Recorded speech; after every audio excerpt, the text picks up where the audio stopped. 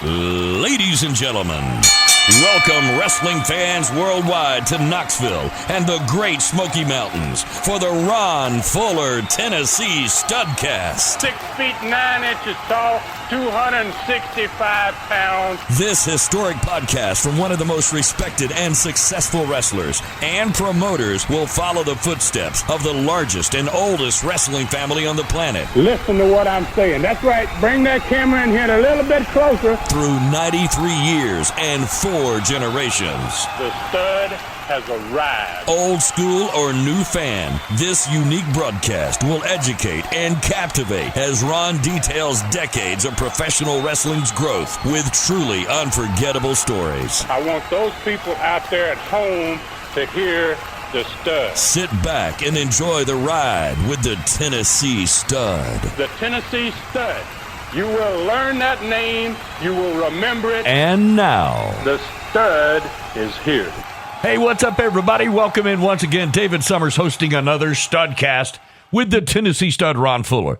This is the story of wrestling in America as told by the Stud, whose family started the profession 100 years ago.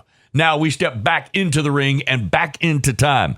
We go into the Great Smoky Mountains where we find the Tennessee Stud, Ron Fuller. What's going on, Stud? Oh, geez, man, just enjoying it. Beautiful, beautiful day here. Blue sky, real white clouds, birds out, man. I think springtime's coming. Sounds like it. Yeah. Except I looked at the weather, and about 5 days down the road here, we're going to go down to 13 one night. Oh, wow. Okay, so we're going to be 29. You're going to be 13. South Alabama ain't so bad, but that's still cold for South Alabama.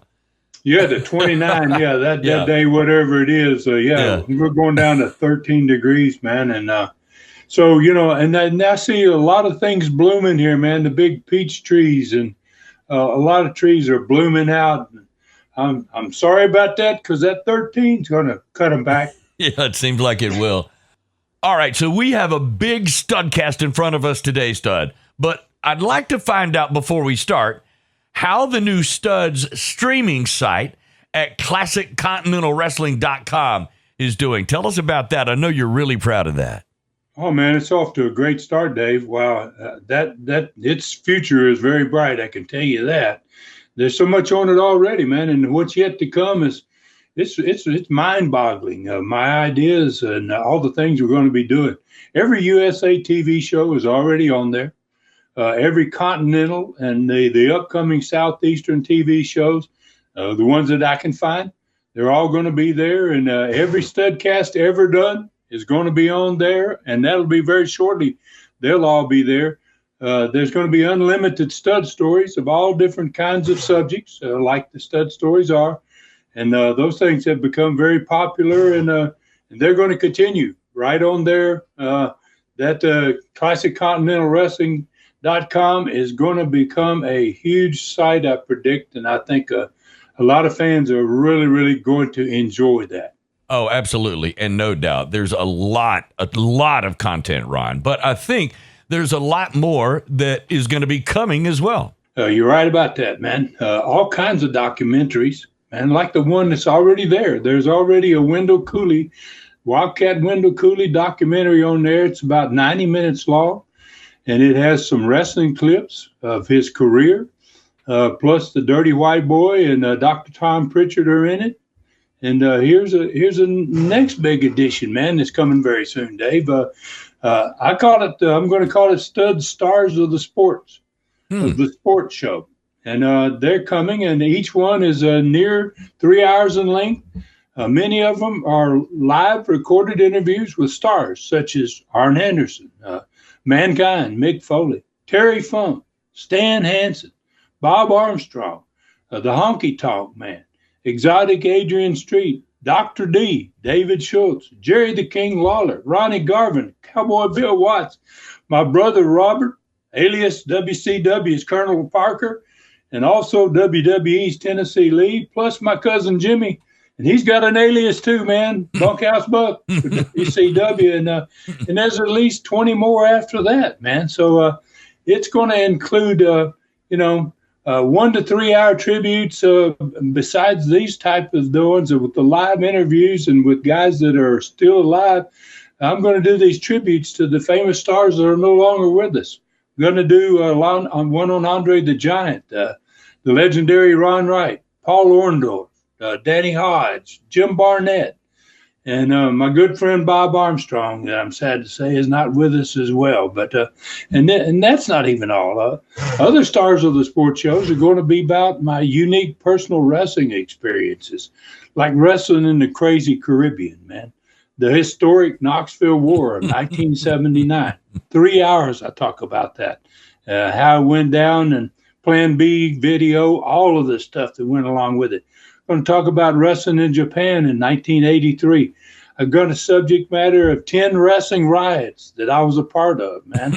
I'm going to talk about the histories of Vern Gagne's AWA and the Sheik's big-time wrestling territories. And I'm going to have recognized historians on those shows with me. And there's even an episode about something I had success in after my wrestling days. And that's all about 5 years in another sport, hockey, and how me and my partners were able to create the first indoor sports introduction of a team that now is copied everywhere around the world. Yeah, absolutely. That is crazy, Stud. You just mentioned an incredible long list, mostly 3-hour shows that'll be added to the ClassicContinentalWrestling.com streaming channel very soon. That is not even counting the TV shows, the Stud Stories, and so much more to come. Only $4.99 a month gets all of that, or only $39.99 a year. Pay at one time, which is just over $3 a month if you pay annually. Subscribe now, ClassicContinentalWrestling.com. The Studs streaming channel that gets you the absolute best deal in old school wrestling. All right, so what else, Ron? What else is going on? Well, geez, man, as a matter of fact, I'm just going to announce it now. I was going to kind of hold this, but I'm going to do the Andre the Giant one. It's going to be on there. That's a 3-hour tribute. It's going to be on the first one of the stars of the sport, and it'll be on the ClassicContinentalWrestling.com streaming channel. Part one of this pretty hilarious, man. These are all Andre stories for 3 hours, man. And they're all my personal stories, the things that I did with Andre myself. That one is going to go up on Thursday, March the 10th. You're going to get the first part, and then 3 days later on Sunday, March 13th, you're going to get the second part. So. So, I'm not holding back, my man. I'm going to start throwing it up there now, and we're just going to keep firing these things off into this streaming channel until, fans are just going to, I think, go crazy about this. It's going to be content, absolutely unreal content. Y'all, the Stud ain't messing around. This is a giant way, no pun intended. Well, a pun was intended, to begin the Studs streaming channel with Andre the Giant. Speaking of giant, let's get to today's tremendous ride. Let's do it. Well, before we do that, Dave, I kind of decided to make a change here. I wanted to change the name. I've been using this name for the second territory as Southeastern Pensacola. And it's something, I think there's something, man, that probably describes that better. So I want to start not calling it Pensacola anymore. And because it was the old Gulf Coast territory, the one that I purchased in late 1977, and that territory is going to begin operating down there under the name of Gulf Coast. So from here on, man, I think we're going to call that territory down south there. The new territory is going to be called Southeastern Gulf Coast. Well, I mean, that kind of is an automatic. Seems to make a lot of sense, Ron. Most people in that part of the country remember your father's first territory. It started in, I think 1954 as Gulf Coast Wrestling. You'll be paying tribute to what your father built and sold to his cousins, the three Fields brothers, back in 1959. They were also members, of course, of your Welch family. Big old family, man. Indeed. For real. There are a whole lot of them, They were actually, those boys, those three boys were my grandfather Roy's sister's sons. Mm-hmm. So that being said, man, let's ride into this studcast, man. And this is a very special one, Dave, for many reasons, man. One of them, I guess, is it's the 240th episode. Wow, it's hard to believe. It's Southeastern Gulf Coast first ever event in Dothan, Alabama, on Friday, March 3rd, 1978, which is almost exactly 44 years ago to the day, pretty close to it, you know. And that day was also my 30th birthday. And this one, on top of all that, it's got a special guest, man, Charlie Platt, the head commentator for every one of the Southeastern Gulf Coast TV shows over a 7-year period. He's going to be on here with us today. So from this day forward, Studcast, Dave, they're going to start being better than ever. Beginning with this Studcast, there are now, obviously, 2 territories. And when you got 2 territories, you got twice as much to talk about. There's a whole lot of things not only going on in the north in Knoxville, but there's a whole lot of things going on every week south in Pensacola. So there's no today's training in this program today, this Studcast, and there's no learning tree in this Studcast. Southeastern Gulf Coast is going to be the focus for this one. And that's because it was having its first live event. And by golly, that's only going to happen once, and that's where we're going to be focusing today. Andre the Giant's on the card in this Studcast.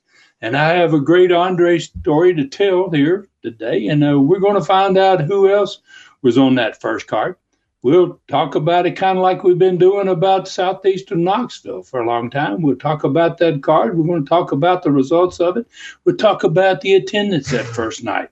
And this one, besides, being a very rare guest on it, we'll end up with the actual recording of my first heel interview on Southeastern Gulf Coast TV.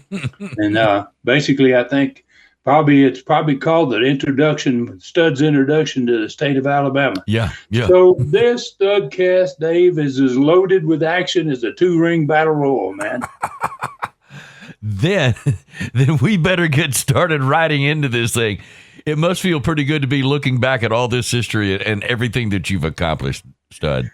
Well, I gotta admit, man, I've been blessed by the good Lord, man, to be here. I see so many guys my age now that aren't anymore. And to be able to tell this story today, wow, I just, like I say, I'm blessed. And it's a thrill for me. It's an honor for me to be able to talk about all these events. So many great people were involved in these things. It was just definitely not just me. So on March 3rd, 1978, to me, it was a special day.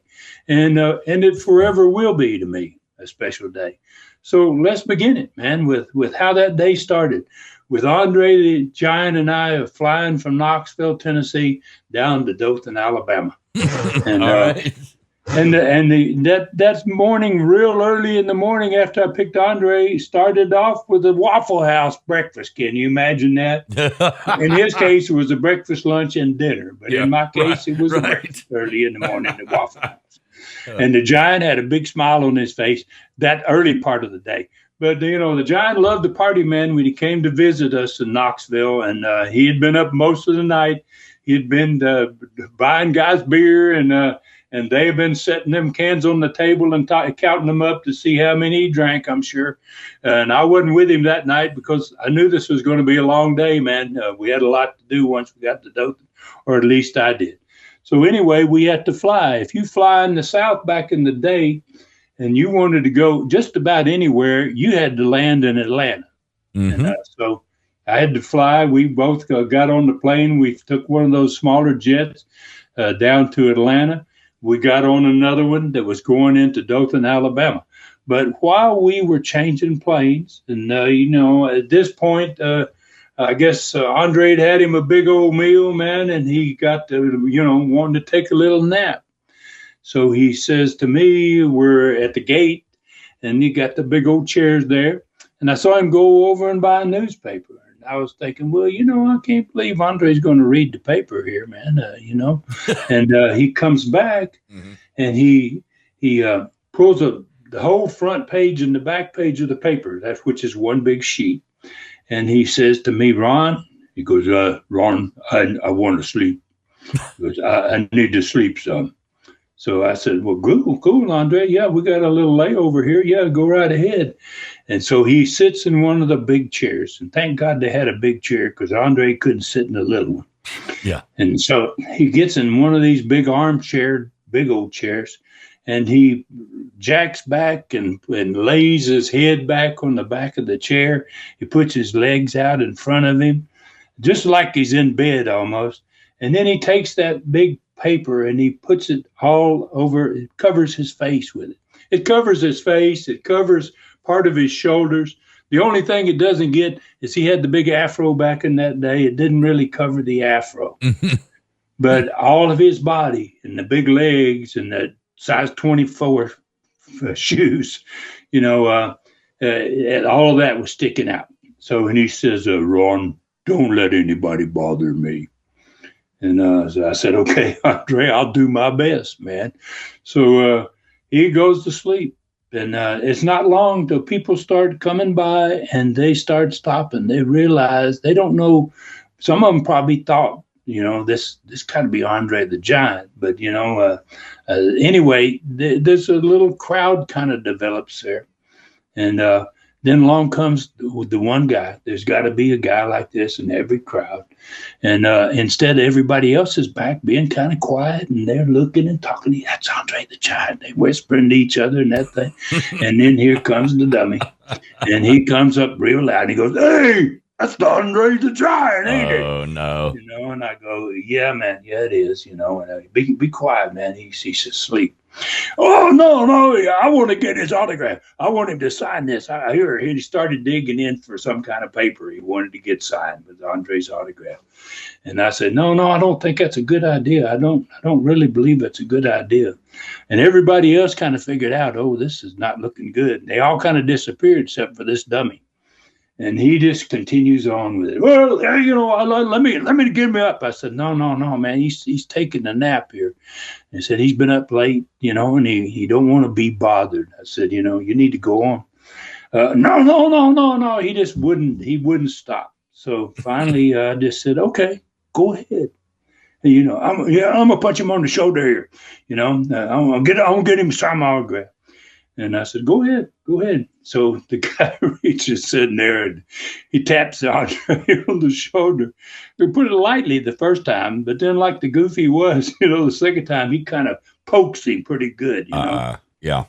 And he says, and Andre kind of moves a little bit, but they don't get up. The paper's still sitting on his face. Mm-hmm. And the guy goes, hey, Andre, I want you to sign this autograph for me. And Andre says, and in this really low voice, and I mean, he wanted this guy to go. He goes, go away. And when he said it, it looked like a comedy piece, one of those something in the newspaper where the newspaper floated up off of his face about a foot, right, and then came back down and settled on his face again. Oh my God!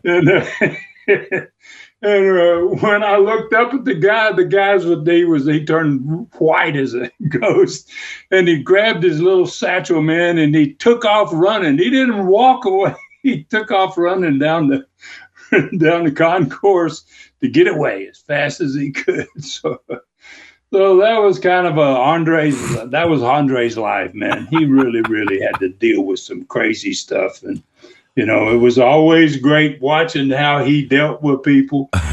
Sometimes he could be so nice.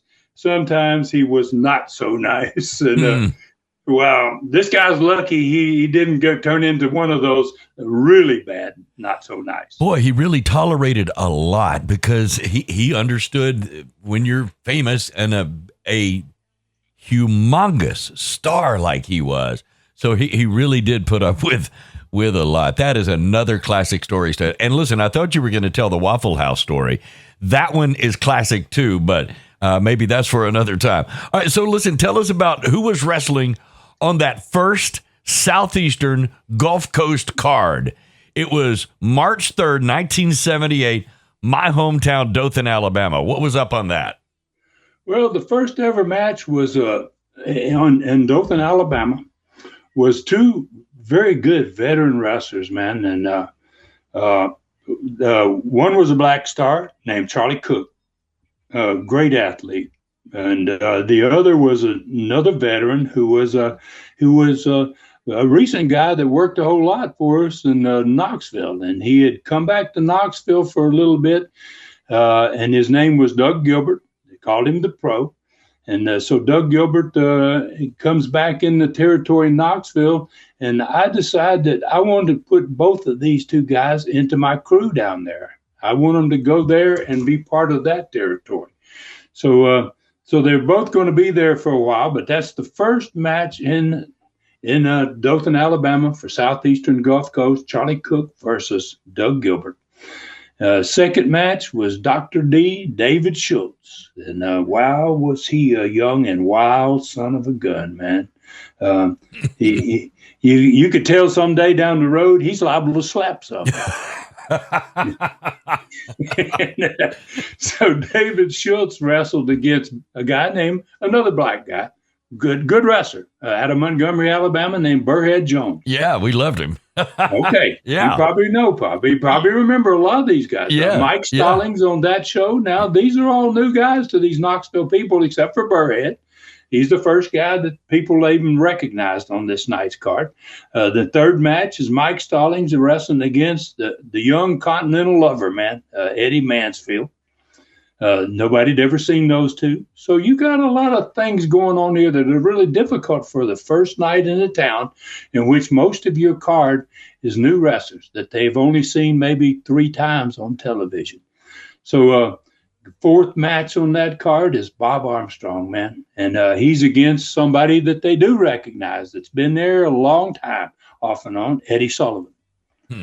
And then I, for the first time in almost 3 years, am going to be a heel again. So I got to change my whole philosophy. I got to change my way of thinking in the ring and everything else. It's been about 3 years since I'd healed. I'm going to be a heel in that territory. So, and I'm wrestling against Ricky Fields, who happened to be the son of the man I bought the territory from, my father's first cousin, Lee Fields. So the main event featured Andre the Giant, obviously, but it wasn't a battle royal. We did something a little bit different. We partnered Andre with a young talent that's going to eventually become part of one of the most famous tag teams in wrestling history. He's going to be one of the Rock and Roll Express. Reuben Gibson, later known as Robert Gibson, was obviously the younger brother of Ricky Gibson, who was a current star in Knoxville at this point. So we're using his brother down there close to Pensacola, where they're both from. So Andre and Reuben Gibson are going to meet the very young but extremely talented new assassin team that had never. Well, they probably had 3 or 4 matches because they had been on television for 3 or 4 matches that were being sent into Dothan. But they were a very new team, and the guys' names were Randy Colley and Roger Smith. So Randy Colley, for fans who've been enjoying the USA TV shows on the Southeastern Rewind, and now they're over there, obviously, on the streaming channel as well. Randy Colley was the Ron Wright's dog in the USA program. So those watching that show, they'll know right away who I'm talking about. Roger Smith was a big guy. Both these guys were big boys, man. They looked like the Jody Hamilton, both about that size. And Roger Smith was one of the lightest and fastest moving big men on his feet that I've ever seen in the sport, man. And those guys are managed by another guy's name you're probably going to recognize, Rip Tyler. Well-known figure in Gulf Coast and of wrestling on the recent Gulf Coast Classic match. And we've got this, now we're doing these Classic matches from Gulf Coast, and they're going to be seen, obviously, on the Classic Continental Wrestling streaming channel. They're already on there, a couple of them already. And fans are really going crazy about those things, Dave. I mean, they are really really complimenting me about where to get these, man. How did you find these matches? Right, exactly. All right, so who did win these matches? This was a really big night. Yeah, and it was a pretty big card, So Charlie Cook, he won the first match ever in Southeastern Gulf Coast. He beat Doug Gilbert. David Schultz won over Burrhead Jones.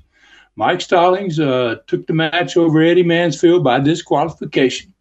Bob Armstrong went out there and wowed that crowd, man.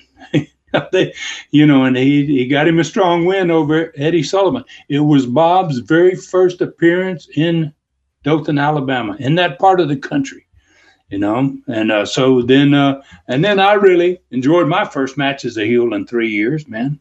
I got a lot of heat, man, and I beat up pretty bad the young Ricky Fields, man, and used the Fuller leg lock to beat him with. And like Bob, it was also my first match in that area. We're all new guys. A lot of us are all new guys. The Assassins in the last match, they've never seen that team before. I don't think Reuben Gibson had probably ever wrestled there either. And Andre, I think Andre had probably been there before. But, so the Assassins end up winning that match. They beat Reuben Gibson, obviously with the help of the manager, Rip Tyler. Mm-hmm. Andre had been in Dothan before because I was a little kid when I actually ran into him in the hallway, and I'll never forget that. So yeah, Andre had visited Dothan before. But listen, I was not going to any matches back then. But what about at that particular point? It seemed like all my wrestling was in the late 60s and early 70s. But what kind of crowd did you have? Because you're talking. What year are you talking? We're talking 78. 78. Okay, so yeah, so you weren't there, and, right? And I'm not surprised to hear that. Yeah. And you weren't the only one that wasn't there, right? Because there wasn't many people in the building, to tell you the truth. There wasn't, people had quit going to wrestling there, and that's why he wanted to sell the territory. And even with Andre on the card, that night only drew about 1,300 fans. So as bad as it looked to me, I had a couple of people tell me, I said, well, I kind of expressed my little disappointment with what the first night was with Andre. And the people that I talked to, they said, geez, you ought to be happy. He said, it's about 3 times bigger than what Gulf Coast has been drawing here in the last 3 months before you bought the company. So the crowd, might not have looked good to others. Might have looked real good to others. So that's the impression I got. But to me, man, it just said, we got a long way to go here to make this a success. So the next day, Bob Armstrong took Andre to the WTVY TV station to make the first Southeastern Gulf Coast TV show live. And I couldn't be seen with Andre anymore in that part of the country because I was now a heel there.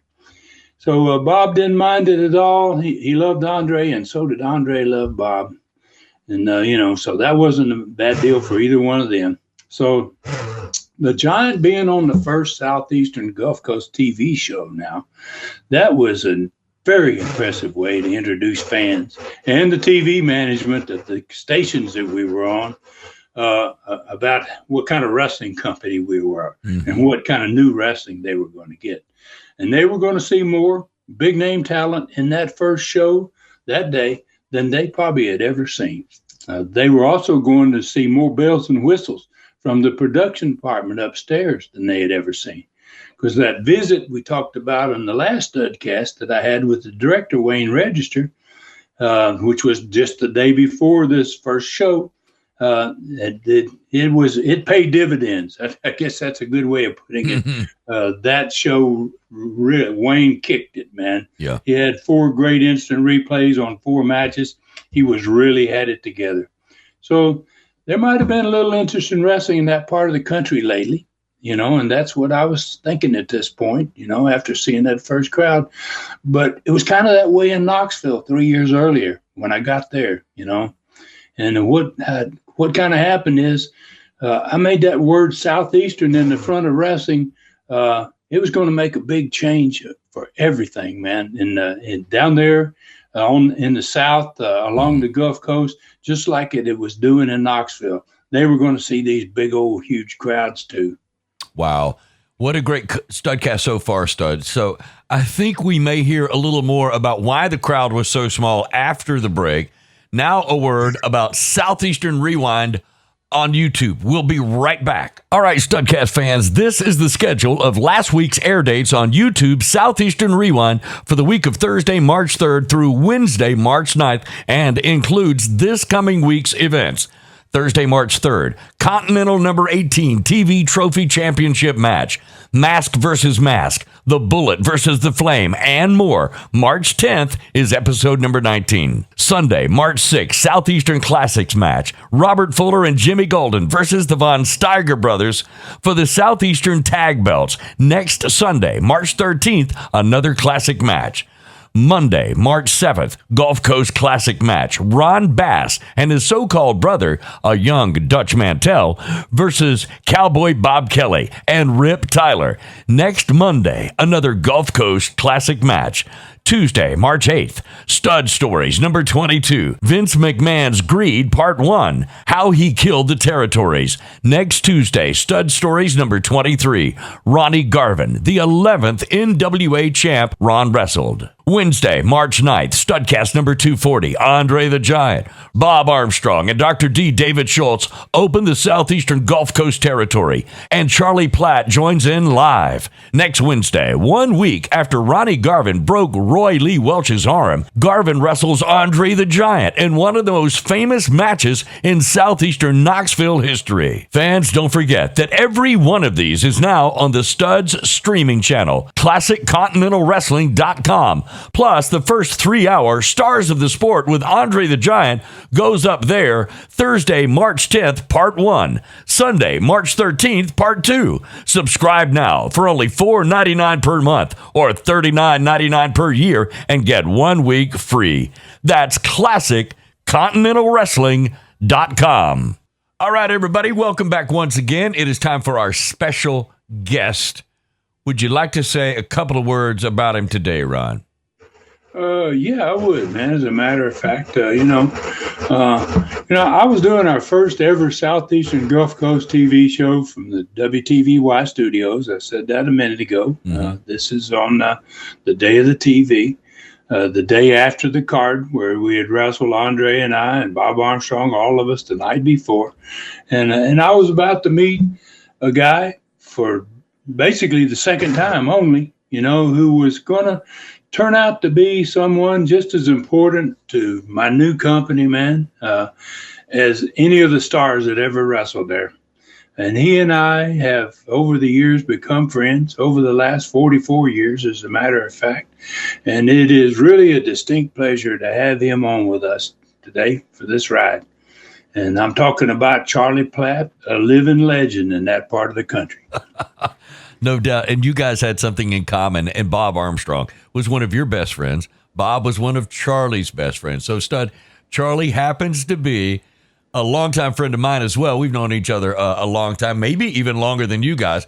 But he's sitting right here next to me in my recording studio in my spare room here at home. I'm going to turn this over to you and to Charlie for a Southeastern Gulf Coast Studcast reunion. How about that? Ron, just like 44 years ago, as if it were for the very first time, say hello to our buddy Charlie Platt. Hello, my man, Charlie Platt. Hello, Ronald, up in Tennessee. Greetings from South Alabama, the Dothan area, home of the Houston County Farm Center, one of the truly historic places for professional wrestling in the South. No doubt. Do you agree with that, sir? Absolutely, my man. I know not one of the smallest cities in the country, I doubt any place has drawn the type of crowds over the years that was drawn in Dothan, Alabama. I know the territory in this part of the Studcast world is going wide open and is on fire up in Knoxville, but this long, tall drink of water from Dyersburg, Tennessee decides, hey, I'm going to spread my wings and fly and buy my cousin Lee Field's territory down in it was called the Mobile Territory, but it was actually from Mobile, Alabama, back over to Dothan, over to near Tallahassee, Florida, and pretty at its day had been a very a territory that drew a lot of money, especially back during the 1960s and into the 70s, but it kind of fell on hard times. I have yet to figure out why you would have come down here and bought the thing. I met you in the latter part of 77. Really? I mean, look, you got perspective. Lee Fields, who's part of the Welch family, a cousin to Ronald, had promoted wrestling from about 1959-60 up until 1976.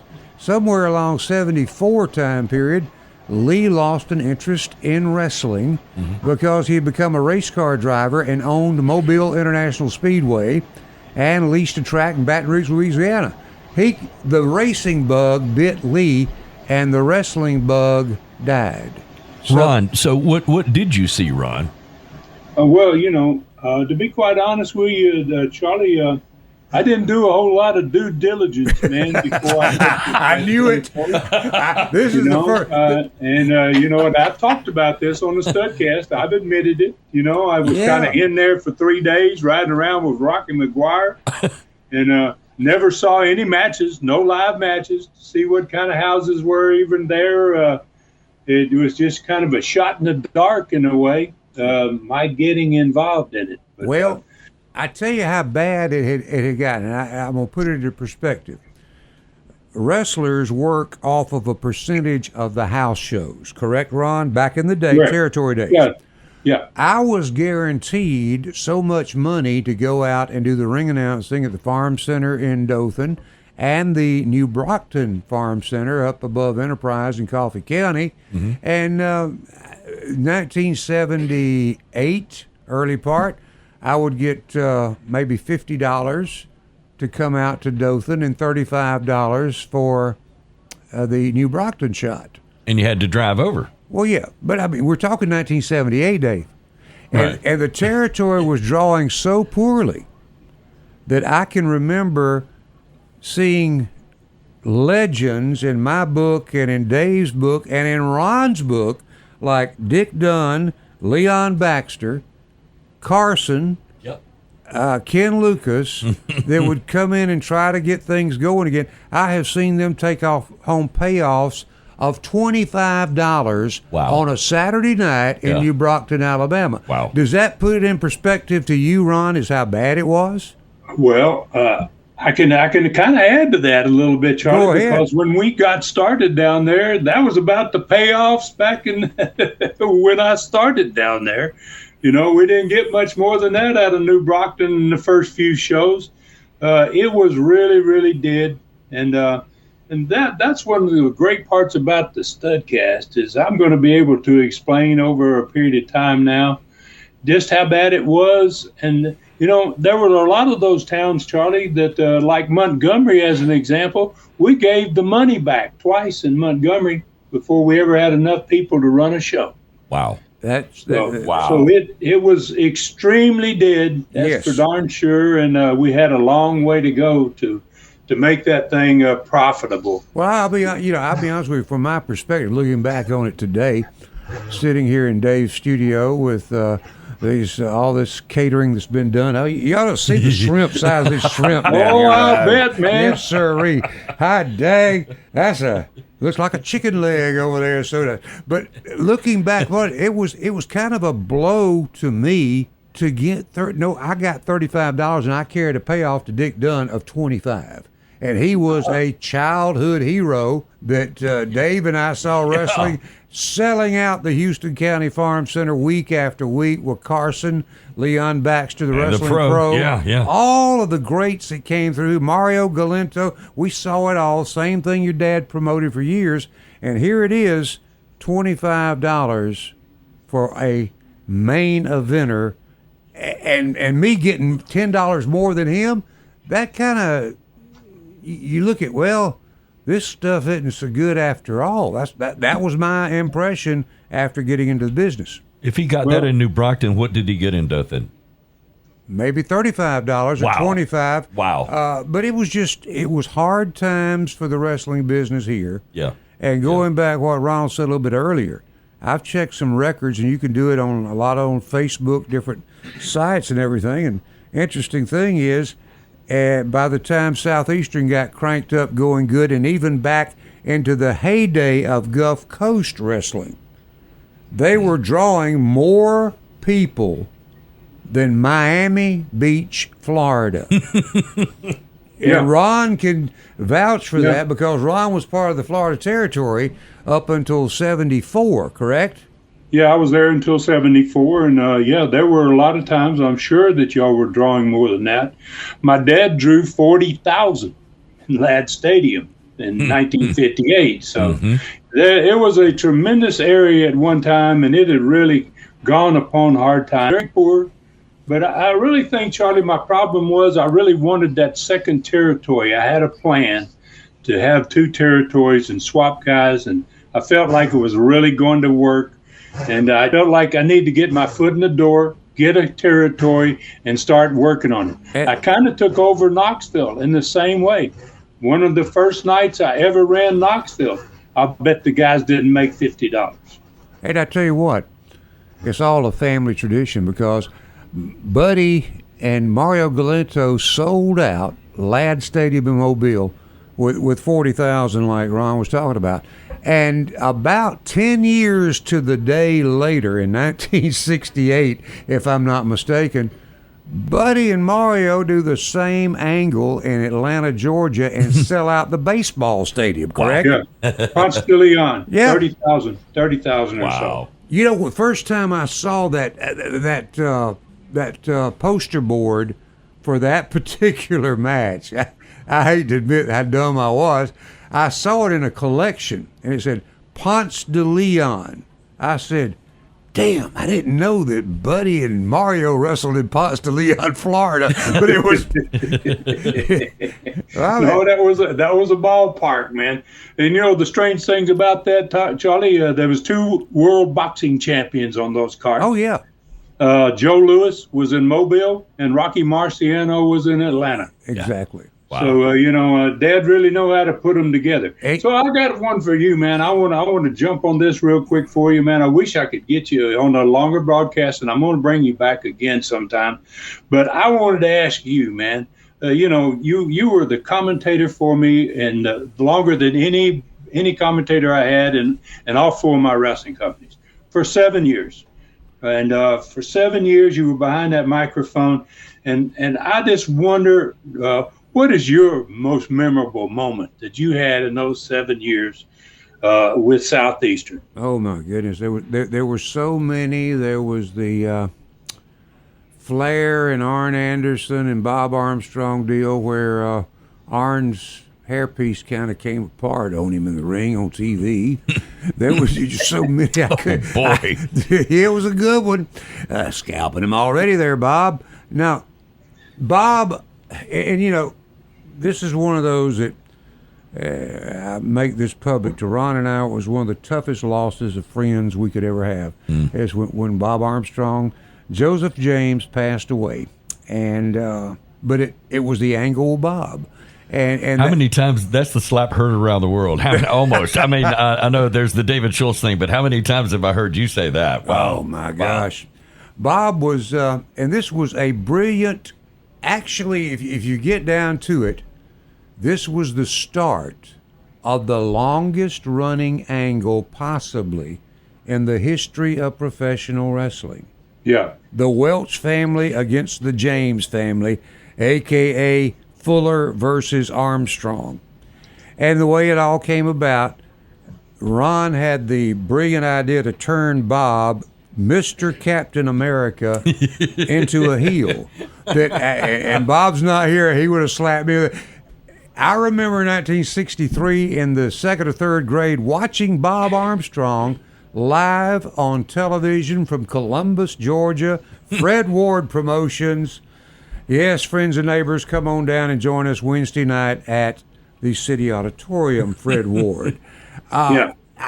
And he'd always been the biggest baby face, one of the biggest baby faces that ever in the history of territory wrestling put on a pair of tights. And Bob could have been big all over the world.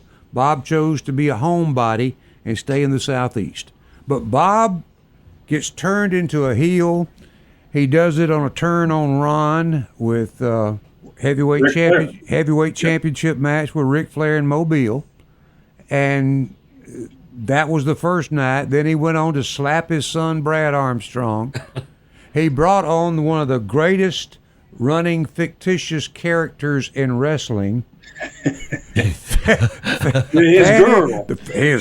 His woman, by gosh, it was Fannie Mae Titweiler. And he grew a mustache. He started smoking cigarettes on the set, which Bob was a chain smoker anyway, so that just went along with his personality. That's playing the part. That's playing the part there, buddy. Wow. And he'd get down there and but for some strange reason, he just wasn't completely over as a heel. There'd still be a good portion of the people he walk out there would cheer for him. Am I right, Ron? Oh, yeah. You know, I mean, he had such support, and he had been a babyface all his life. All his life. So there's a certain all amount. His life, and, you know, it was a big adjustment for fans. They didn't adjust right away to booing him and despising him. But by golly, he figured out how to get there. He did. And we figured out that maybe slapping me, since nobody had ever laid a finger on me on TV or in the ring at the arenas, that maybe a good slap to me would be good. But there was an added attraction that went along with it. And it really was not, you didn't have it in your booking sheet that it was going to happen this way, but it just happened this way. On a Friday morning, the 13th day of May, I remember Friday the 13th, May 1983, my first child was born, Brantley Charles Platt, at the medical center in Dothan, Alabama. And being in radio and on TV doing wrestling, and it all being done at Channel 4, and I being the program director of FM 95, Ann Varnum announced the baby being born 10 minutes after it was born because the morning show was going on Channel 4. Yeah. Then they talked about it on radio all day because I wasn't there because I was at the hospital. And then John Williams, one of the great anchors through the years at Channel 4 television, and for folks listening across the country, Channel 4 was a major regional television station that reached Southwest Georgia, Northwest Florida, and all of Southeast Alabama up to Montgomery. Yep. It was a hoss. It was a hoss. It was a high. And the TV signals, it was a hoss. It was high horsepower. So that night, John Williams said, before we get to the news, we would like to congratulate our good co-worker, Charlie Platt, and host of Southeastern Championship Wrestling, on the arrival of his son, the first child, Brantley Charles Platt. It had been on the news. It had been everywhere in the media that I was a dad. And we had it scheduled that the next day, Saturday, May 14th, 1983, would be the day that finally Bob would get me at the desk and slap me. And it was convenient because I could then leave, turn the show over to Rick Stewart and Al Roberts, and go to the hospital and be with my baby and wife. Wow. Yeah. So I had told members of my family, only my family, that whatever they saw on TV on Saturday afternoon, we were just making money. You know. So I thought everything's going to be okay. We're there at the hospital. I'm holding the baby. I didn't even look at the show. I never, it was 2 or 3 weeks before I saw the playback of it. And I'm sitting there holding the baby, and the phone rings, and it's the assistant administrator of Southeast Alabama Medical Center. And he says that he's in his office, and is there any way that I could call the TV station and get them to run we did it with a crawl, not to call Southeast Alabama Medical Center because so many people were calling to see how I was, how the baby was, and how everybody was doing, that it had jammed up the 793 circuit in the Dothan area. So I went to a payphone that was a 794 number, called the TV station, which was a 792, and they ran a crawl. I thought, well, we got that taken care of. We jammed up a whole phone system. Now let's see where we go from here. And about that time, 5 guys from a National Guard troop in Ashford, Alabama, come up to the maternity ward at Southeast Alabama Medical Center, wanting to know if I was okay. I went out, greeted them. They wanted to know where Bob Armstrong stayed when he was in Dothan because they were going to go and whip his ever-loving Georgia carcass. Peach. Yeah. Peach is what it is. Yeah, peach. It was as hot as anything I have ever seen. And if you'll remember, well, you weren't there because you had retired and we hadn't brought you back, but he had to have deputy sheriffs from the Houston County Sheriff's Department escort him back home to Gulf Breeze, Florida. Yeah, I can believe that. Probably ride with him all the way down Interstate 90 to keep somebody from pulling up beside him and shooting him. That's right. And as the tape bicycled the next week into Montgomery, Birmingham, and all the different markets we were in, the heat was there like never before. And that would have to be my most memorable occasion. The second most memorable would be the day you came back and held Bob when I slapped him back. And that was strictly to take some of the heat off of Bob because Bob was terrified. He had never, after that slap took place and things got really hot on him, he'd never felt heat like that before. And that was Bob's idea for me to slap him back. Yeah. Wow. Yeah. Well. Yeah. Yeah. He was a little concerned, man, about how hot things got. So Charlie, I got one that I remember most. And you probably do too. And this is turned out to be one of the probably most watched interviews in the history of wrestling. We did a TV together. The first time we ever stood and me holding the microphone, and that's basically what this boils down to, people. A dumb redneck from Southeast Alabama holding the microphone for the most egotistical. What? Listen, when he get the thing about Ronald, when he got down with his interviews and really tonight at the farm center, he would start foaming at the mouth. You thought, well, dang, did he ever get a rabies shot? I mean, he would just really put everything into it. And that interview has got to be one of the funniest, but yet it was a heat magnet, buddy. Is that what you're going to put on me today?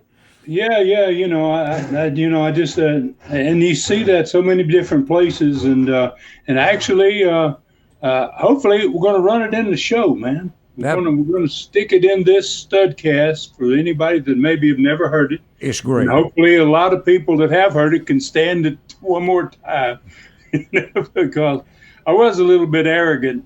Well, it was a personality profile, if my memory serves me correct. And personality profile, we tried to hold it to 5 to 6 minutes part of the program, but this is just part of the thing. He goes on and he goes on. Yeah, but don't you think Ron deserved the respect of an empty studio, as he had? And I mean, there you were, Charlie. It looked like you were looking up a pine tree. It was amazing. Well, the only thing worse than that would be interviewing Andre. I mean, But then again, look at here. You don't want to interview Ronald's son or his grandson. The grandson, Charles, make me look bad at 6. He's 6'5" now, 15 years old. 15. Well, and two, let me add, since the Studcast has been on the air, how many episodes? 238. Your voice is on the beginning of every one because it's that very interview that we use the parts and pieces of that kind of set up this whole story that he's been telling for the last few years. Not just because he's my friend. And I don't get any money from him anymore, so, it's nothing about the money or anything like that, and I'm not an employee. Ron Welch has got to be, and it's a family tradition from Roy down to your dad, Buddy, and you caught the vision as well.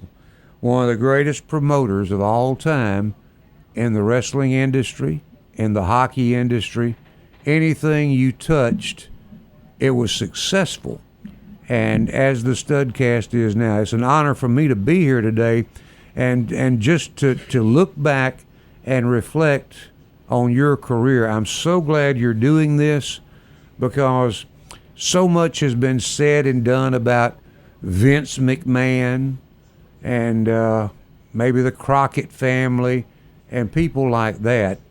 When the Welch family, the largest wrestling family on the planet, as they say, created this whole thing called Southern Wrestling. And it lived from the 40s all the way through the 80s and into the early parts of the 90s before, I'll just come out and say it. Vince, in my opinion, destroyed wrestling. He, along with some corporate interest that the mogul Ted Turner brought in, they destroyed an industry that literally employed hundreds, if not thousands, of people week in and week out. But am I bitter? No. I just think the wrong thing took place and the wrong man took over wrestling in the country. But that's just extra fodder for you there, stud. Thank you for having me today. Love you, buddy. Oh, love you too, Charlie. Thank you so much for being on, and we can probably do this again, man. I'd like to get you back on. We're working our way through week by week, and now 2 territories. This is the very first time we've ever talked about 2 territories: Southeastern, Gulf Coast, Pensacola, whatever you want to call it. This is its first time to be really, really significant in the Studcast, and we're going to get you back in here, and we'll have some more stories. Thank you very much, as always, my man, for being on with us today. Hey, Stud. By the way, in the future, if you invite him back to my house, the pantry's a pretty big deal to me, so I'm going to need a better heads up. Just so you know. The shrimp were nice, but those little what was it? Filet on a stick type thing, that'd be nice to go along with the shrimp. Yeah, he just opened my freezer. Like, what we got? Well, I'll just come down there too, guys. Oh my God! We'll all get into it. Here we go. Thank you, Charlie. I sure appreciate it. Thank you, buddy. Man, I'm telling you, that was a lot of fun. Really special, Stud. So where do we ride to next, Ron? Okay, well, next week, man, we're going to go back to Southeastern Knoxville for matches in the Coliseum. And these are going to be just 2 days after this Dothan card that we've just talked about in this Studcast. And so Andre returned with me right after that TV, and we went right then on Saturday. Mm-hmm. In fact, Charlie Platt took us to the airport, both he and Andre. And we were headed back to Knoxville, and he was going to be on Sunday afternoon in a match against Ronnie Garvin. And it was only 1 week after Ronnie Garvin had broken Roy Lee Welch's arm. Ooh. And this match between Ronnie Garvin and Andre the Giant was going to be one of the all-time best Knoxville matches in history. So we're now going to visit both territories. Basically, every week, as Southeastern Wrestling Knoxville kind of soars, man, at this point in the Southeastern Gulf Coast. I found out in the first show is going to struggle, and so the Studcast is going to kind of become a fascinating weekly glimpse into wrestling history from here on, the likes of which you're not going to be able to find on any wrestling podcast anywhere out there. I can tell you that.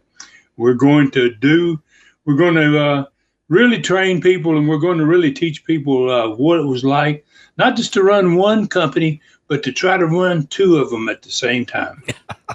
Listen, I don't know how you're going to do this. Have you ever herded cats before? Because I think that's what you're up against in this. This is going to be quite the job. Plus, maybe you've been a plate spinner in the circus. Yeah. So I can't wait to see how this is going to turn out.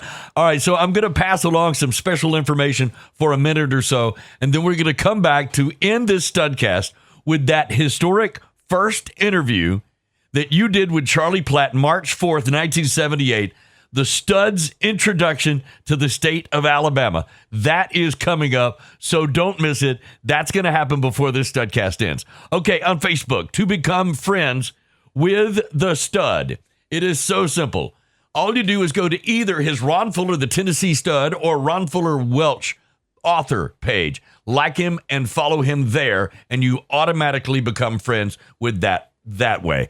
That way, anything that happens on any page shows up on all the pages. On Twitter, you follow him on Ron Fuller Welch. Find everything on Ron's website, tnstud.com.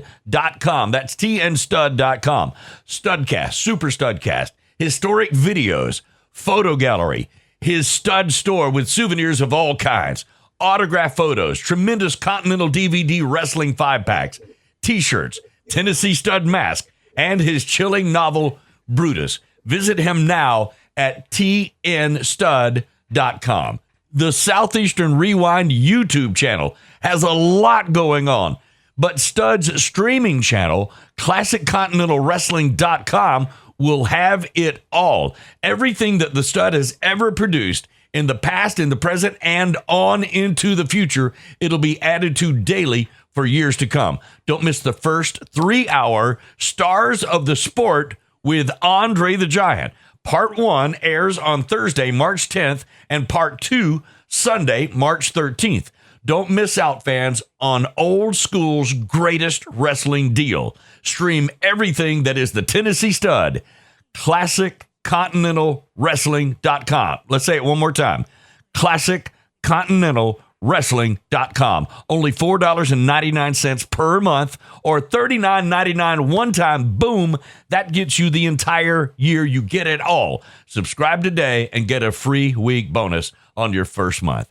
Okay, fans, you are going to hear where so much of our Studcast opening comes from. When you hear the opening on the Studcast every week, the famous interview done almost exactly 44 years ago today, the one so many thousands of people all over the world have seen and heard. We're going to close this Studcast with something very special, something you did the day after your 30th birthday, Stud, the day after opening your second territory, the day you may have laid your foundation for the future with the words you said and how you said them. And here we go. The Tennessee Stud, Ron Fuller.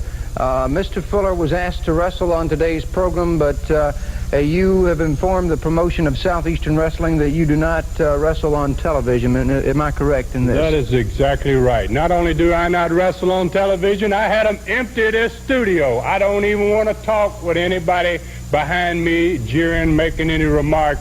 I want those people out there at home to hear the Stud. Listen to what I'm saying. That's right. Bring that camera in here a little bit closer. Come on, bring it in. All you women sitting at home, you ain't dreaming. You seeing me live and in living color, the prettiest thing that's been on your television set ever. You looking at the biggest man, the baddest man that ever been in the state of Alabama. 6 feet 9 inches tall, 265 pounds, and Daddy, I can do it. And we have some videotape. We'd like to review of Terry Funk and Harley Race in a world.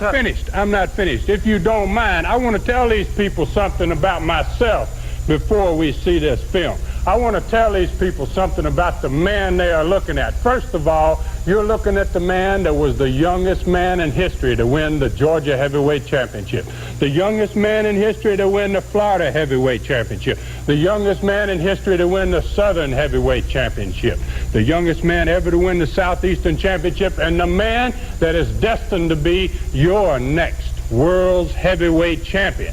Now, I'm not concerned about this film you're talking about. I'm concerned about you people out there. I want all you rednecks to get up out of your chair right now and walk over to where the calendar is on the wall, right? And I want you to take a pencil out of that old shift row or whatever it is next to that calendar, and I want you to mark a big circle around this date, because today, ladies and gentlemen, is a red letter day for wrestling in the state of Alabama, for one reason: because the stud has arrived. That's right, I am here, I'm going places, and wrestling is going places. This ain't like nothing you've seen before, believe it. Believe what I'm telling you. I'm the baddest that's ever been. I'm going to take care. I hear them talking about this tournament. I'm here to be the Alabama champion, and I am here to be the champion of you people. Now, I know you're out there watching. I know right now you're saying to yourself, Mom, ain't he something? Look how big and bad he is. Ain't he something? Well, you're right, Grandpa. He is something. And when you come down and pay your money, I will not be wrestling here for free. When you pay your money, you're going to see the wrestlingest machine that has ever been in this country and this world. I've been all over the world, everywhere. I've been to Australia, I've been in the Bahamas, I've been to Mexico, I've wrestled in Canada, I've wrestled in Japan. You name it, I've been there, I've beaten them all. 6 feet 9 inches tall, like I said, 265 pounds. And if I ain't bad, there ain't a bad man around, and I cannot be had. I'm telling you people, mark the calendar just like I tell you. Put that big circle around the date, because today is a red letter day for wrestling in the state of Alabama, for one simple reason. Charlie Platt, is that the name, Platt? Yes, sir. For one simple reason, Charlie Platt, the stud is here. Simple as that. And the Tennessee Stud, we have that video. I'm not interested in that tape right now. Don't worry about the tape. I got a few more things I'd like to say. First of all, I know this show is seen throughout the state of Alabama, and I have wrestled in parts of the state of Alabama, but the northern area, Birmingham, Florence, Huntsville, Tuscaloosa, and so many little, I don't know the names of all the towns. Some of them are very rinky-dink, but I'm going to be the champion. You people, you're going to be looking at this face, and you're going to be saying, now there is truly a man. Because you mark my words, you are looking at a man that is truly a man. The Tennessee Stud. You will learn that name, you will remember it, because, ladies and gentlemen, what you are looking at now is going to be wrestling in the future for you. All of it based around the finest looking man that you women out there have ever seen, and the baddest man that you men out there always dreamed of being something just like the Stud. Now you can cut away to that film if you want to. Wait. Our director says, I think you've elaborated long enough. We have no time to run that film now. For Ron Fuller in the Great Smoky Mountains, I'm David Summers saying thank you for listening. Find me at davidsummersproductions@gmail.com. This Studcast is a David Summers production for Tennessee Stud, LLC. Thanks for joining us today for this historic Studcast. The true story continues next week. So full Nelson your friends and point them in our direction for another ride with the Tennessee Stud. 1, 2, 3. This is David Summers saying so long from the Great Smoky Mountains.